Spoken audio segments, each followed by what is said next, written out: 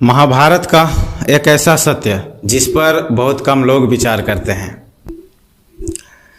महाभारत का एक पात्र जिसकी पूरी जिंदगी अपमान, संघर्ष और त्याग से भरी थी। योग्यता होने के बावजूद उसे वह सम्मान कभी नहीं मिला जिसका वह हकदार था। कई महारथी थे, लेकिन केवल एक योद्धा को दानवीर कहा गया,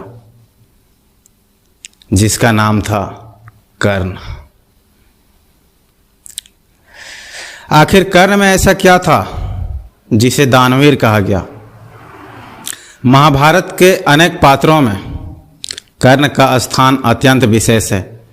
वह केवल एक महान धनुर्धर ही नहीं, बल्कि त्याग, वचनबद्धता और दानशीलता की जीवित मिसाल थे।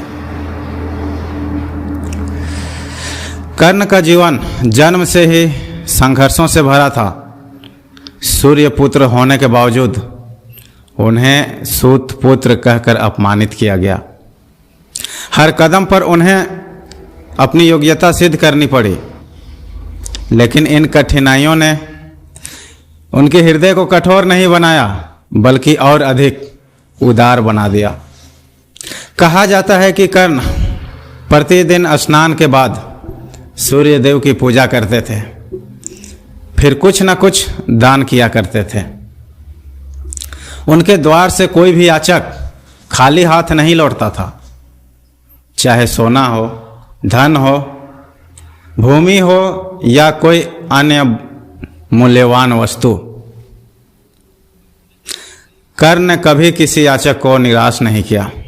उनकी दानशीलता की सबसे बड़ी परीक्षा तो तब हुई जब स्वयं देवराज इंद्र अपने पुत्र अर्जुन के लिए ब्राह्मण का वेश धारण करके कर्ण के पास पहुंचे।